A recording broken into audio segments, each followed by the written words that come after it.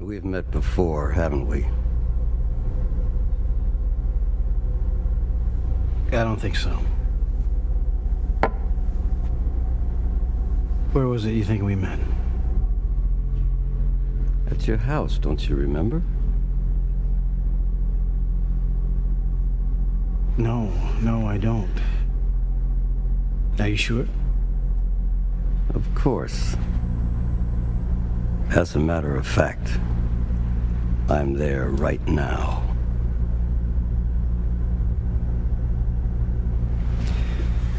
What do you mean you're where right now? At your house.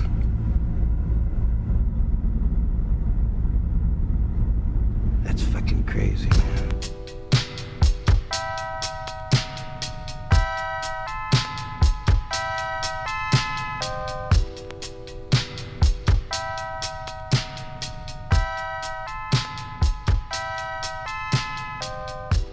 You're listening to The Night Before, a movie podcast. Each episode, we find a unique place in the city and share a drink and our thoughts about the movie we watched the night before.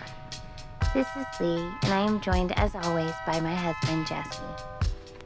So, we escaped the monsoon. Well, We're here at Mermaid Tavern.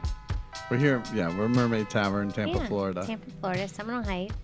Well- Yeah, this is a OG establishment of Seminole Heights. Yeah. Yeah, it's been here a long time. Well, if we saw, we're going to talk David Lynch's Lost Highway, and you had the suggestion that we go to Mermaid Tavern. It does have a Twin Peaks Roadhouse vibe. Especially when we got here, there was like David Lynchian type The music. music was on playing. point when we got here. It's very dark, but has colored lights in places. Has little rooms, little nooks and little crannies. enclaves everywhere. I don't know if that's the right word, but it feels like Sounds it is. better than nooks and crannies. Yeah, enclave. And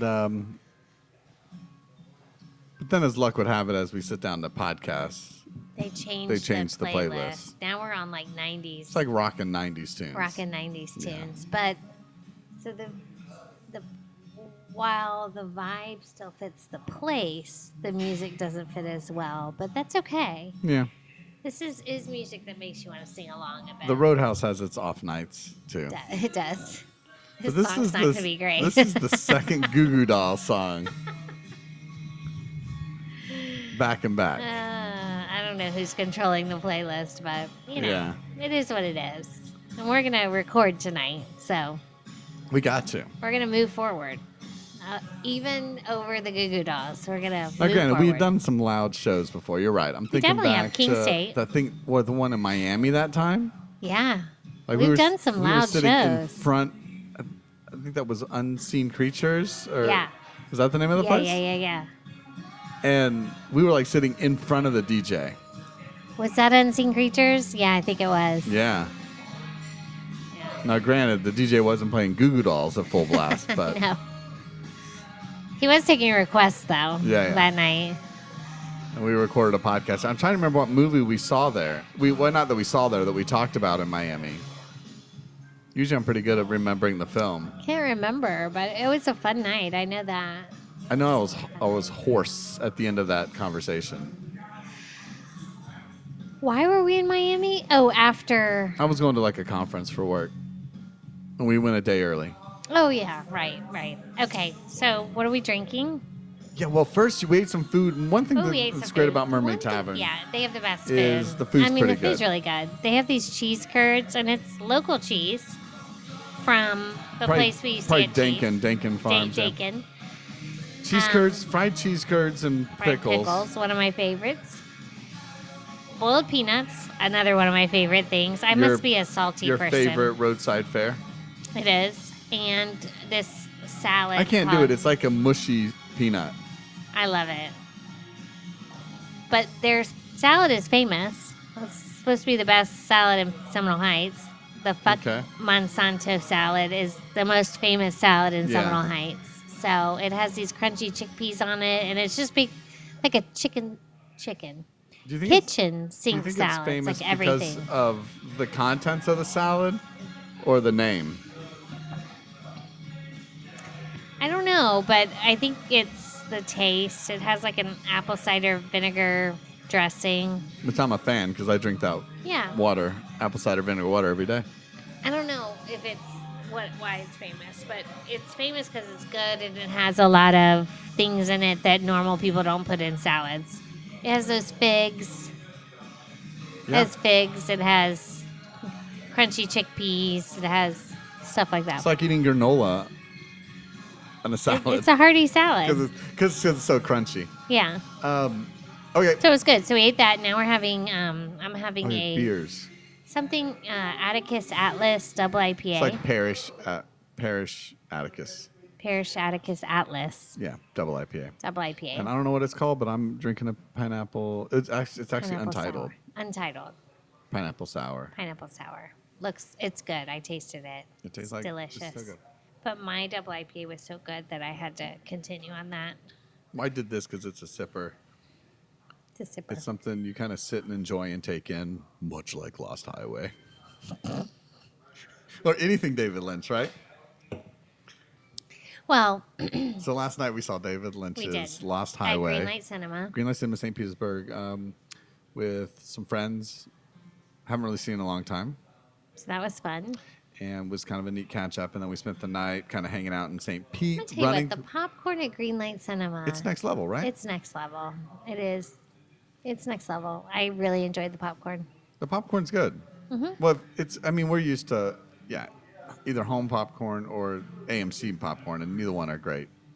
And this is like This is Home. indie cinema popcorn. It's different. so good. So There's good. like a slight sprinkle of pretension in it, but it's so good. Yeah. But the butter makes it like the popcorn kernels like slightly soggy. Yeah, no, it's good. Really good. So this was Lost Highway came out a while ago. Back when I was like in high school, 97, I was graduating high school. I'd never seen it. You were well on to your college career at this point, I was. right? I was 3 years into college, yes. So I didn't see it. I mean, I'm not, in general, a huge David Lynch fan, but I've slowly, over a relationship, been I've given slowly you- learning how to appreciate him, although I do have anxiety every time you bring up his name. Then we're going to watch something with David Lynch. A little, like, creeping of anxiety comes up in my body because the long pauses and the quiet, like, the less dialogue makes me sleepy, typically. So I have to prepare myself for a David Lynch film. Yeah. I mean, I probably went on to a bit too much in our Vengeance episode when I talked about Vengeance. Right. And I labored the point about I like to see versus hearing Well, things. David Lynch is the complete opposite of that. Right? He doesn't tell you anything. So you leave sometimes, or me, maybe I'm not as smart as the average David Lynchian fan, but I leave thinking, what in the hell just happened? I think David Lynch I think he trolls just as much as he tries to push like an artistic piece across. Mm-hmm. I mean, he does come from this world of just follow the dream, follow the imagination. Mm-hmm. Wherever the creativity takes you, go. Right. I have a seed of an idea, but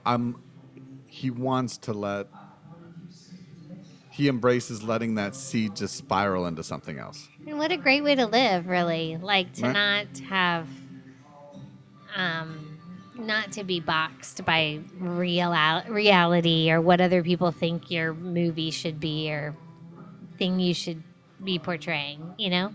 Yeah. No, I always feel that because he does have a lot of humor mixed in with things, but it's almost like things I like. I always tell people, I have this phrase I said at my old job. I'm sure I'll eventually say it at my new job. Maybe. And I was always like, oh, this certain thing brings me joy. Like it's nothing I share with anybody, but it's something I do or something I see happens with someone else or a situation, and I'll say that brings me joy. But it's not trying to be hurtful or it's not trying to be funny. It's just like, it's a thing I do for me. Right. Right? And I feel a lot of his cinema is something he does for him. Because it brings him joy. Yeah. To see his thoughts or whatever come to life. Mm-hmm. Even if it's not thoughts that he thinks people will necessarily be in line with. Well, I think we get caught Or up understand even. I think we get caught up in this whole, like, what does it all mean? And I get it. We like closure. We like we like to be able to, the story to make sense. Mm-hmm. But for his things, and it's like, right, I always make the joke, like, oh, it's a David Lynch film. How are we supposed to know if it's really good or not? Right. Right? That's the question. Although I have to say, is it the best film in the world, or is it the complete opposite? Like, he toes that fine line always. Although I have to see, of all the David Lynch stuff I've seen, You like Lost Highway the I best. liked this one the best. And here's why, I think. Tell me why I liked it the best. No, Because we saw Blue Velvet. I love Blue Velvet. I did too, but I like this better. I think Blue Velvet is the way superior film. But I like this better. I know. I mean, I can know why. And I like it better than watching Twin Peaks. No, we'll forgive that statement. Okay. Well, it's my opinion, so you don't have to forgive it. I'm allowed to have it. No, I know. No, but I'm saying this is not meant to be mean or derogatory or anything or dismissive or any of those things. I think Lost Highway, I was thinking about this last night and today. I think Lost Highway is his most relatable, if I am using quots, mainstream. So you're saying I'm cliche. No. No, it's okay. No, I'm not saying cliche. No, I'm saying this film is easier to understand, easier to follow. It's more mainstream, even in its music choice. I'm not saying I 100% followed it. I'm saying I enjoyed the watch more than other things. This doesn't have as much of the long, awkward pauses. I prepared myself for it. It doesn't musically, especially at the time, which I felt this is what hurt the film a little bit. It had much more contemporary music of the time. Mm-hmm. The late 90s, more heavy industrial type music was popular. Yeah. Mm-hmm. Unfortunately, Marilyn Manson is featured throughout this movie. Mm-hmm. His music and even an appearance by him and a bandmate. But so I think it has sprinkles of that late 90s stuff, music. Mm-hmm. And I think the plot is a bit, if you kind of sit down and think about it, I think David Lynch's plots and narratives have always been pretty simple, like a very basic idea. I think Lost Highway has a very basic idea. And once you latch onto that basic idea, it's a basic idea that has come twofold in today's present movie themes. I mean, it really is. The whole, parallel universe, time. Well, there's two things. There's so much doppelgangers. about that now. Well, David Lynch has always been... So he was, I feel like ahead of his time in that type of theme. He's been a big multiple selves, multiple personalities, doppelgangers. Mm-hmm. Well, yeah. Person. Yeah, like in Twin Peaks. Yeah. Well, especially season 3 of Twin Peaks really embraced that. I don't think you've seen it, but I think you said you've seen it, but I don't think you remember it maybe. Mulholland Drive that came after this. I know it, but I don't remember it. And I need to revisit it. I've only seen it once. But Mulholland Drive does a similar thing of characters switching, people changing role, actors changing, all that. Right. I thought you were going to say it was a bit ahead of its time because, or relevant to today's conversation, because it is, at least one viewing and interpretation, it's a movie very focused on the male treatment of women. The male treatment of view of women and the male insecurity towards sexuality.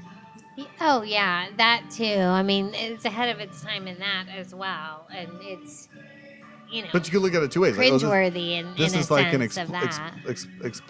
Exploitive film. Yeah.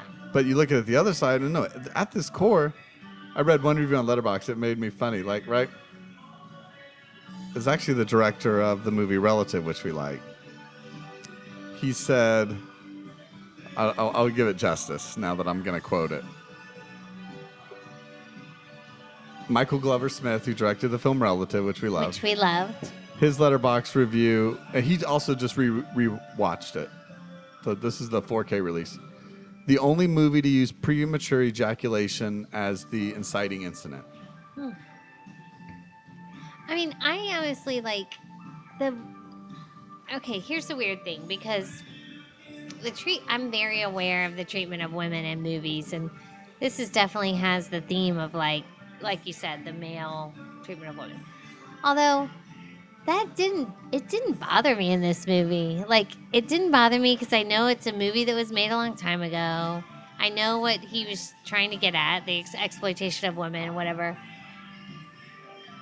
I kind of enjoyed the steamy nature of it. Like, I liked that. Well, we talked about our love of steamy thrillers recently in an episode. Yeah, like, I did enjoy that this was steamy. And all the way steamy. In a good way. Like, I liked that about it. Mm-hmm. That it didn't, like, try to be steamy but wasn't. Or try to be, the exploitation of women didn't... Is that wrong to say it didn't bother me in this movie? Well, no, I don't think it's presented in that way. I mean, I think it's...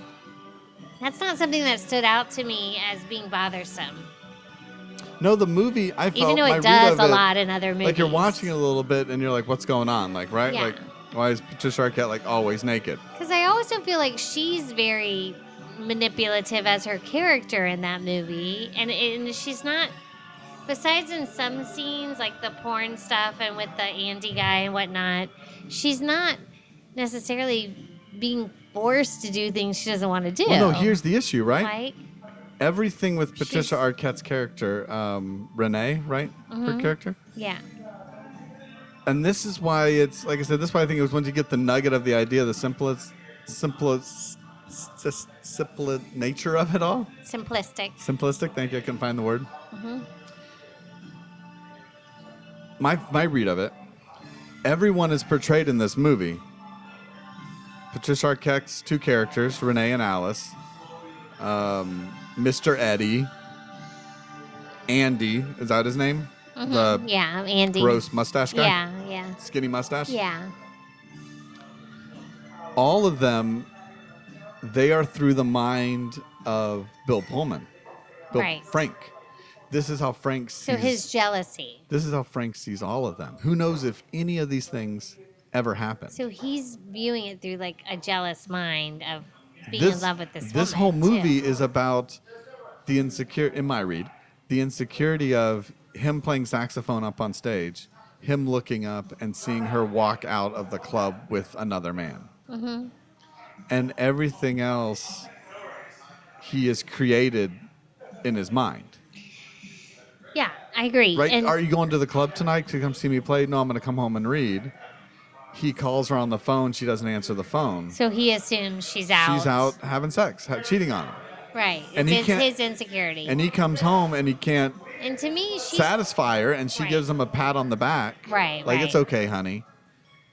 And he murders her the next day. So to me, the sexuality part of her is that she uses her sexuality as a power over. Yeah, and I could see that. And yeah, is she demeaned in a way sexually? Yeah, but I think she is using her sexuality in a way to be manipulative and to give her power over these men. But yeah, it's all in Bill Pullman's head, so he's creating how these men are treating her. And it's also this mistrust in her. Again, could she have really done all these things? Sure. But even at the party at Andy's house, right? And that's when he meets the mystery man who comes in, right? Mm-hmm. The mystery man appears after he sees her sort of drunken interaction with the Andy guy. There's conversations in the car like, how'd you know this guy? Why'd you even go to this guy's party? Right. And she's being... I mean, they don't have the most open communicative relationship. No. They don't talk to one another in their own home. But right, so she doesn't say much. She's being a little coy and vague. Yeah. And does she owe it to him to tell him her story with this guy, that she maybe slept with him, that maybe this or that, or had a job? Who knows? Bill Pullman assumes it. And same thing when Bill Pullman is Pete later, the kid. Younger guy. Even as they get more hot and steamy, right? He asks more, and this Andy guy comes back up, right? And his vision is that they're just filming pornographic films. And It's on like the big screen, and yeah, and so it's the same thing. Like, even It's when in his Bill Pullman mind. becomes this other character, this younger, sexually active, can satisfy multiple women. Yeah. He still that same male insecurity creeps into him again. Untrusting. Yeah, kind and he of. thinks the worst of her always. And he's made Renee, as in Alice now, the super promiscuous Right. woman. She has blonde hair now. She's Yeah. even more sexually active and Yeah. adventurous. So I think when you look at it that way, right, it's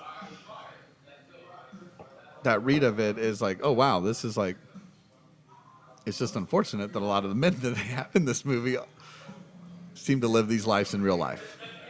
The men. Yeah. Yeah. The Marilyn Manson yeah, guy, that's unfortunate. So if you're looking at it the lens of like Maybe Robert Blake, Right. who later on the murdered, actors, you're saying, who murdered his wife. Gary Busey, we've Yeah. learned, has done some things.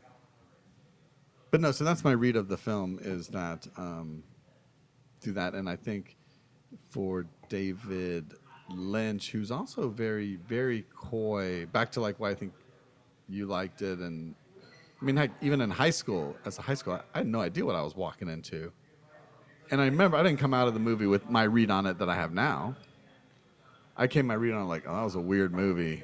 Were you allowed to go see that movie in high school? This was a senior. You're 18, Yeah, I yeah. guess? Or 17. I guess was- you only have to be 17. I was my own person. It's pretty R. It's a pretty R movie. No, I was going in because of Trent Reznor and Henry Rollins, and that's what I mean. This was the cool David Lynch The movie. music and Even the folks who are in this movie aren't. David Lynch is like one of those directors who uses a lot of the regulars. Kyle MacLachlan shows up a lot. Right, Lauren Dern right. shows up a lot. There were very few familiar faces in this I actually film. like that about it because I do feel like he kind of overuses the same actors. So where you're like, But there's oh, some of course com- he's using there's some that comfort one. there, though. Yeah, yeah. The like comfort and the Yeah. familiar nature of it. Yeah. Now, granted, yeah, this movie works better with Bill Pullman and Patricia Arquette than it would Kyle MacLachlan and Laura Dern doing it again. Yeah. Right? Oh, yeah. For sure. But But, I mean, I enjoyed it. I liked the steaminess of it. I liked the parallel kind of whatever.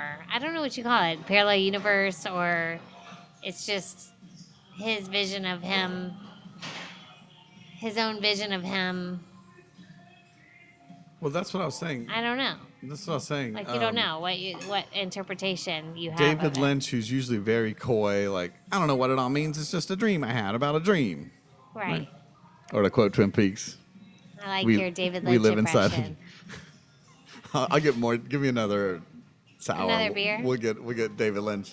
Second, we'll get him on this podcast. I'm like, whoa, knock my socks off with this one. Oh my God. Okay. No, David Lynch, a guy who even said he saw the word lost and he saw the word highway. Yeah. And he's like, put those words together. That's the movie, man. Like, Yeah. that's how he explains things, Right. which can be frustrating to any, like, deeper meaning sleuths out there. Like, I really want to know what this means. Right. But I did after seeing Lost What was Highway. the name of the motel, right? The Lost Highway Motel Yeah, but in the. there's a scene. But yeah. But I think even when he was writing it, that's how he said him and his partner just came up. He saw those words and was like, why don't we call it Lost Highway? Mm-hmm. And then you can attach some of those meanings to it afterward. Mm-hmm. But he is a person who doesn't typically share his, like, what does it all mean? You know, people ask, what is the end of Twin Peaks Well, he wants season people 3? to interpret it how they interpret it. Right. But I Yeah. always think he has a simple idea. And there was an interview with him, I guess, that was on the Lost Highway bonus features of when this came out on DVD originally. He said he was, and I don't know if you read this in some of your research, because you said you had some trivia for us. I do. I have some trivia, and we haven't really brought any of it up yet, so I'm I was pretty wondering happy if I about hit that. any of the marks. Quickly, A little bit. Is one of Gotten your close. trivia is Richard Pryor's last role on film? No, but I knew that. I did know that, but By that's the way, not one on a of my side trivia. note, wasn't it so nice just to see Richard Pryor for a moment? I was so happy to see him. It just brought me back. It was comforting in some way. Although I did feel sad It was for him. It was his final day. Bittersweet. But There was something heartwarming about it. just seeing Richard Pryor on the screen. It's almost like seeing what's his face in Top Gun. Val Kilmer. Yeah. I guess that's some of our like Val Kilmer's empathetic, not dead, but passionate side where like we see somebody we used to know from the 80s and we see them in their I mean, I think he played a great in a role vulnerable in the state movie. and we feel Yeah. I like that about it for sure. No, but I was saying in an interview. I love seeing Patricia Arquette. You don't see her in things anymore. Yeah. You really don't. For the most part. Do you? What have you seen her in lately? No, nothing. I don't know. Nothing, yeah. I say that, but I'm just not thinking hard on it. I'm trying to hold on to this thought so I don't forget. Okay, sorry. The David Lynch was a little more revealing in his motivations for a film. Okay. So for Lost Highway, he mentioned how he was obsessed with the O.J. Simpson killing. This is one of my fun facts. All right, so you got the O.J. That's Simpson okay. thing. I have 6 fun facts. Tell us. So O.J. is one of them. Well, I don't have that he was, well, what I read was that he was obsessed with the O.J. Simpson thing at the time, and he didn't realize it influenced him during this movie. But when he looked back after he made the movie, he realized the, like, jealousy of, like, the man murdering his wife, like, kind of the whole chase on the highway thing kind of inspired his movie. But he says it, that's just from David what Lynch. I read. TM talk, transcendental. His meditations, transcendental That it actually had meditation more talk. influence on him than he thought, and he realized it when he looked back after he made Well, the he movie. said it was interesting. There was the idea there of how does OJ cope with going off and just playing golf and smiling when he believes that OJ committed these grotesque murders. Yeah. How could he go on to function and live knowing he did this terrible thing? So Lost Highway is that question. Like, how can Bill Pullman live in a world, his character, Frank, Live in a world where he potentially murdered in his which wife. he murdered his wife in that Yeah. brutal way and potentially even videotaped it. Right.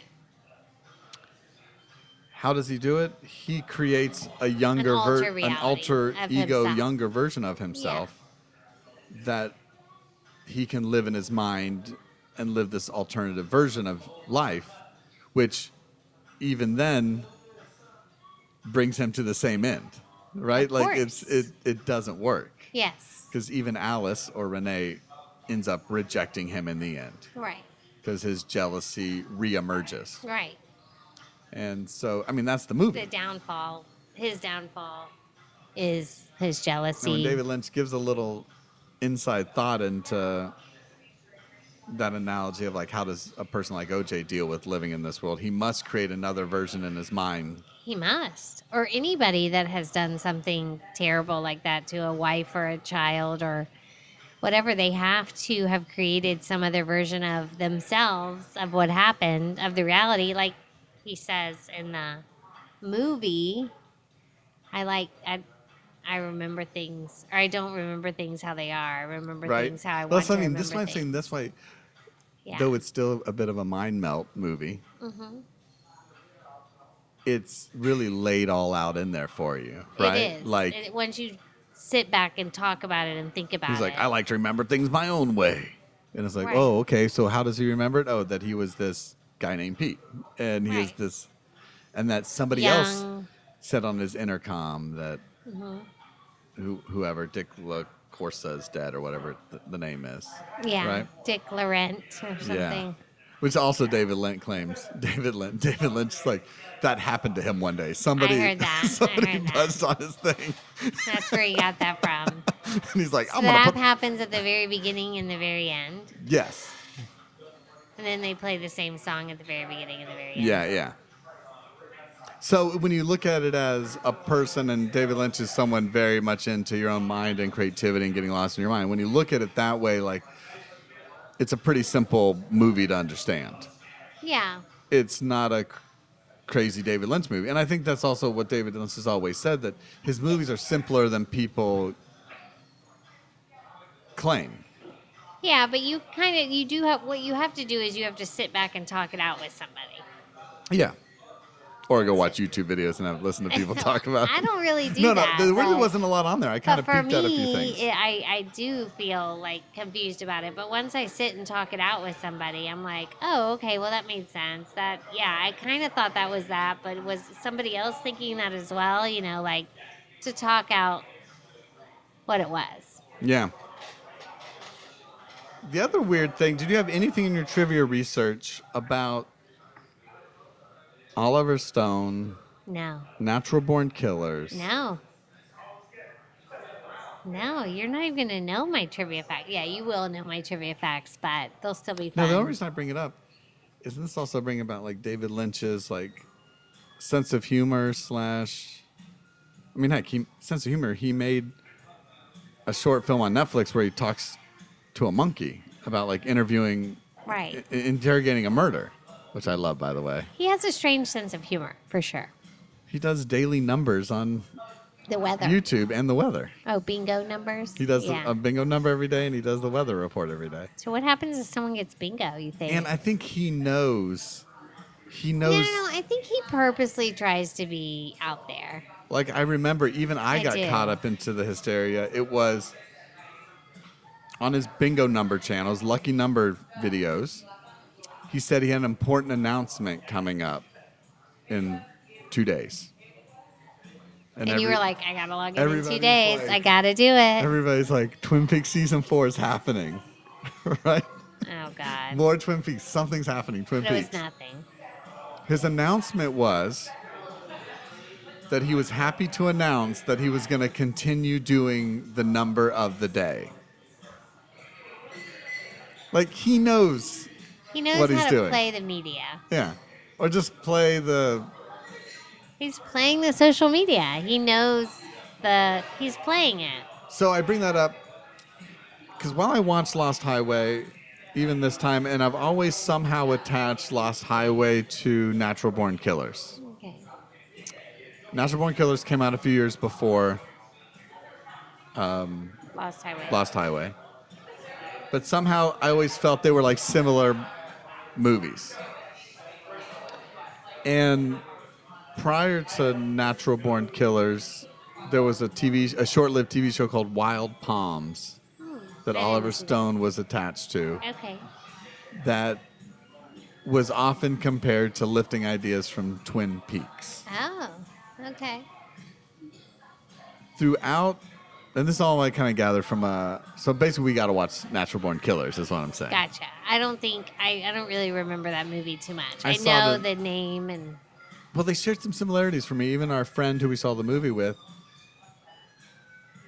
like, he had the Lost Highway soundtrack as a teenager. I could Natural see Born that. Killers was another type movie.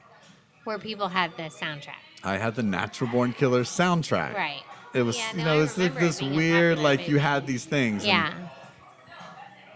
So apparently, we'll report back, there's a number of scenes and coincidences throughout Lost Highway that David Lynch lifted purposely from Natural Born Killers Oh, okay. as a comment of being tired of people copying his style and his thing. Gotcha. So he's like, Wow. "Oh, I can do it too. That's very... I'll do very- it. I'll do it in Lost Highway." That's very, what's the word? bold, but that's not the word I'm looking for. Arrogant. Arrogant. Yeah. Yeah, it's very arrogant. So he was upset that people were copying his style and approach from what the read on things is, like I said. And whatever the video I saw, they said, here's the scene and here's the scenario from Natural Born Killers. Here's Lost Highway. There are similar actors that are in both. Okay. Baltimore Getty. In both. He works in a gas station, and a young woman, a woman older than him, they have a relationship, an affair. She says similar things like, "Do you want me? You can never have me." Like, there's lines that are. Oh, okay. The Mr. Eddie character, he's in both. And there's similar scenes where he's. Who is the Mr. Eddie character? I recognize him. I just don't know his name. I got it right here. I thought I did.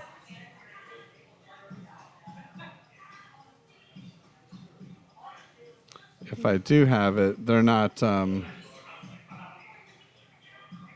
He's famous. He's been in a lot of things. Yeah. Really? Robert. The older guy. Yeah. Robert Lagoda. Interesting. I feel like I've seen him in a lot of things, but Yeah, he's in like Big and Scarface and things like that. All right, so anyway. But all I'm saying is there's, for a movie that like weird stuff happened, for weird stuff, I think David Lynch is always kind of playing multiple sides. yeah, I agree. And he just spins it off and as I don't know, just like there's something about his movies I like in just the style, the substance, the vibe, the mood. Yeah. This one I did better with. The pauses weren't as long, the quiet scenes weren't as long. Season 3 of Twin Peaks is that was rough for me. That's the height of his style in that. Yeah. Like So that's this him one I did pushing better that. with. That's him self-indulging. This is like tip your foot into the David Lynch world. This is where you should first watch before going. Well, that's what I mean. This was a Yeah. mainstreamish David Lynch film. I liked it. I mean, like I said, 1997. Yeah, I'm kind of getting into cool movies as a 11th, 12th grader. But I'm going in to see Lost Highway because it is, this is kind of a weirder, strange film. Right. And it has a killer soundtrack, and Yeah. it's kind of industrial. It's strange.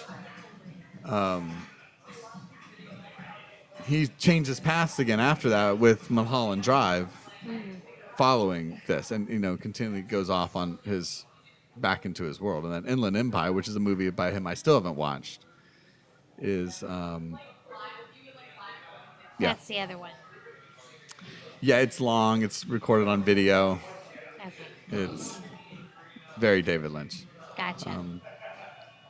But I like his stuff just because of the mood and the vibe, and it's the music, and that's what kind of let me down a little bit about this one was the music didn't quite connect in the same way I hoped it would. It wasn't as timeless. It dated the film a little bit. You don't want it to feel like you don't want to feel like it felt like a little bit like a grunge industrial film. Yeah, I didn't feel that way as I watched of the music. it. Yeah, I didn't feel that way as I watched it. Well, good. I But didn't. overall, I'm not as connected to the music as you are, so I didn't have the soundtrack. Like, I knew some of the music, like that it was Nine Inch Nails and whatever, but I watching it, I didn't feel that way about the music. And the other thing, yeah. So. All right, do you want? Yeah, let's hear the fun facts. Can I have some fun fact time? Fun facts time. Okay. My first fun fact is Bill Pullman really plays the saxophone. That's really him playing the saxophone. What about that saxophone? That's good to know. Just the saxophone and strobe light scene opening it up. Gosh, it's like intense. Crazy. So intense. I'm like, this is like punk rock saxophone. You're here. like, eat your heart out St. Elmo's Fire. I know, right? Oh my God. Rob Lowe could never do that. Could never compare. On a saxophone off, Yeah, Bill yeah. Pullman wins. If that's a thing. Well, also, Rob Lowe's character in St. Elmo's Fire is like a date raping, drug addict, terrible person. Right. Adulterer. So that's one fun fact. Second fun fact, Fred's house. Oh, I knew this. David Lynch bought it. No, it was already Well, David Lynch's second I did know this. home. He purchased it for the movie, to make the movie. So they didn't have to use their budget on that. Yeah. So He's like, that was the second home. yeah, he bought it. I was going to do a David Lynch impersonation for you. My third one was the O.J. Simpson. So we'll skip that because I have 6. All right. So that's So not we got one 3 of mine. facts in. Oh, there's 6 plus OJ? No. Oh. So now I have 5. This is just a fun fact because we like coffee. David Lynch claims to have drank 20 cups of coffee a day during this movie. 20. During this one? Yeah. 20. That's a lot of coffee. One That is might a say lot. that's too much coffee. Yeah.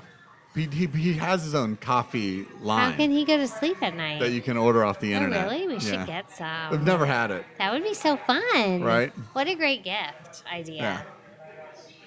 Christmas. See, I've always been intrigued by actors or filmmakers who make stuff. Now, Crispin Glover, he writes books, and I've ordered some of his books. Okay. Actually, he takes old books and changes. So anyway, Gotcha. getting some David Lynch coffee would be interesting. That would be fun. This movie was adapted into an opera. Okay, That's just a fun fact. that'd be fun. That would be The opera interesting. part is strange. I could see it as a Strange. It was- a I think it's thematic Australian stage or play. something. Yeah. Anyway, last one. This is kind of long. Paraphrase for us. What we got? So it's theorized. So what did you think? Okay, so you might have already known this or thought about this, but I didn't think about this till I read it. Us David Lynchian fans, we dig deep. But what we I know got? you dig deep. It's theorized and widely agreed upon Wow. that when Fred is spazzing out at the end of the film, He's being electrocuted in the yes, electric chair. Yes. Yeah, He's yeah. trying to outrun the cops. He's actually dying in the electric chair. He's trying to outrun death and move Yeah. on. Yeah. Yeah, I had not. I had thought about the end in the movie, like, oh, is this him trying to change back to Pete? Is this him dying?